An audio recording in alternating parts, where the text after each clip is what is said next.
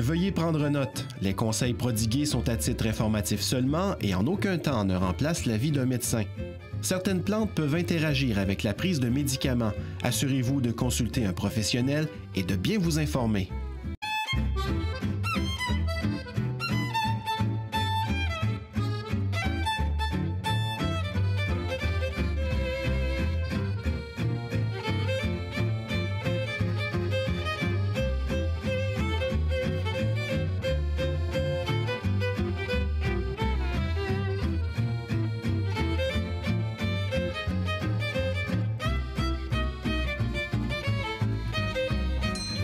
Santé la vie. Bonjour François. Salut Christine. Comment vas-tu? Ça va super bien, toi aussi? Ça va bien. Dis-moi François, as-tu bien dormi?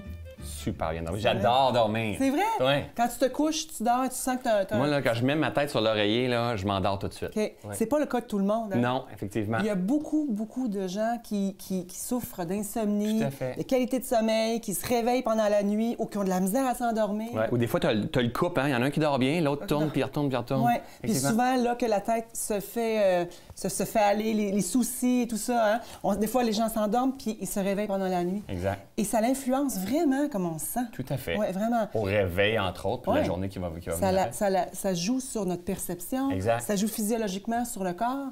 Il y a beaucoup de débalancements qui sont liés à l'insomnie. C'est sûr. Moi, je serais curieux de voir une statistique dans la société parce que je connais plein de gens autour de moi qui ont de la difficulté avec le sommeil. As-tu une idée un peu? Entre 40 et 60 des gens wow. en haut de 60 ans ont de la difficulté à wow. dormir. Ça veut dire 4 à 6 personnes sur 10 qui nous écoutent. Hey, c'est énorme, là. Oui, c'est énorme, là. Et ce que j'ai envie de dire pour cette émission-là, c'est qu'on n'a pas besoin... En fait, on n'a pas besoin de tolérer ça tout le temps. Non, c'est ça. Il y a d'autres choses qui peuvent exister, qui peuvent influencer notre qualité de sommeil dans notre quotidien. Puis c'est exactement ce qu'on va parler pendant l'émission. Tout à fait. Wow, super intéressant. Donc, si on veut avoir davantage de vitalité, hein, puis d'énergie aussi, ça serait important de regarder de ce côté-là. De ce côté-là. Parce que c'est clair que si on se réveille et qu'on a mal dormi, notre perception n'est pas la même, notre façon de tolérer le stress n'est pas le même non plus. Ouais. Notre degré d'irritabilité est plus grand, on s'entend, là, tu sais. Quand on est fatigué, on est plus émotif. On est plus émotif. Ouais, on mord plus à ce qui ne fonctionne pas de temps en temps. Je vais te donner cinq choses qui, peut-être que les gens ne le savent pas, qui influencent la qualité de sommeil. Ouais. Hein? Un, ne pas bouger. Ça a l'air drôle à dire, mais on est une génération, une société qui reste assis au bureau à grandeur de journée. Exact. Et là, on bouge pas, ça circule pas, ça paraît. Ne serait-ce que prendre une marche le soir, un 10 à 15 minutes pour activer, va aider les muscles à se détendre. Ou des fois, juste sur l'heure du midi, de dire, OK, je me fâche, mettons, j'ai pas le temps le soir parce que j'ai les enfants, puis tout ça, je peux tout sortir sur l'heure du midi. En plus, puis en plus, on va profiter du soleil, de la lumière, de la vitamine D, ce que l'on a besoin pour créer notre mélatonine. Tout à fait, exact. Wow. Donc oui, tout à fait. Ça, c'est une cause. Une cause. Deuxième cause, les écrans. Les écrans bleus. On n'a pas beaucoup de temps pendant ces années-là. Là. Non, exactement. Puis dernièrement, c'est les iPads, l'iPhone, puis on se couche avec. Puis ce que ça donne comme signal au corps, c'est que ça dit c'est le matin qui se lève parce que dans la nature, c'est la couleur bleue. Ah, le soleil qui se lève. Le soleil est bleu, donc ça stimule. Ce que ça dit au corps, c'est t'as pas besoin de dormir, c'est le soleil qui se lève. Je serais curieux de voir notre gang qui nous suit. Est-ce que vraiment on se couche avec un iPhone, avec un iPad, avec un ordinateur? Puis souvent, moi, puis il faut juste y penser consciemment de couper les écrans 2 heures avant. C'est ce qui est proposé. OK, c'est ça l'idéal. Exactement. OK, parfait. Troisième chose, troisième cause, se créer un rituel de dodo parce que souvent, on se dépêche d'aller se coucher, puis là, on attend, puis on attend que le sommeil vienne. Exact. Préparer son corps au sommeil. Et là, on va le voir aussi dans l'émission. Qu'est-ce qu'on peut faire concrètement pour... Dans l'intention, ça change beaucoup de choses aussi. Si je fais ma routine quotidienne, versus une intention de dire j'ai peur de ne pas dormir cette nuit, parce qu'il y en a beaucoup qui ont ça aussi, qui appréhendent de ne pas dormir durant la nuit. Tout d'un coup que je ne dormirai pas, fait que là, on met ça dans la tête, on met ça dans le corps. C'est extrêmement puissant. Donc le rituel, est-ce qu'on va voir un petit peu de trucs tantôt pour ça? Oui, exactement, tout à fait. Quatrième cause, Christine. Quatrième cause, le manque d'oxygène dans nos maisons. Oui, c'est ça, les maisons surchauffées. On n'ouvre pas les fenêtres, l'air est vicié, on ne fait pas aérer et notre chambre souvent est surchauffée. Alors moi, ce que je propose souvent, c'est de donner juste un petit peu d'oxygène frais pour le corps. J'aurais pas pensé à ça, moi, là. Ça paraît. Ça a un impact sur la qualité de l'oxygène à quelque part. Oui, sur la physiologie. Ça veut dire que si on respire bien puis on prend de l'air frais, on est capable d'aider le corps à éliminer. Ah, c'est intéressant, ça. Je vais l'essayer, cette affaire-là. C'est vraiment ça. Oui, exactement. Donc, on a 4 présentement et la 5e? L'heure des repas. On est porté à manger tard, le corps est en train de digérer, puis là, le corps, il faut qu'il aille se coucher en digérant. Et la qualité du sommeil est vraiment, vraiment influencée. Oui, Dans l'Ayurveda, dans l'Ayurveda, ils disent ne pas manger après 7 heures le soir, autant que possible. Parce qu'il y a une partie d'énergie qui s'en va pour digérer aussi pendant qu'on dort. Puis... Exactement. Intéressant. Et si on digère, on peut pas aller... Parce que pendant la nuit, c'est là que le corps prend le temps d'aller nettoyer, d'aller tout régénérer, tout ça. Intéressant. Et ce que mais concrètement, là, c'est bien beau, on a plein de trucs. J'adore ça, j'en prendrai encore. Mais concrètement, qu'est-ce qu'on fait?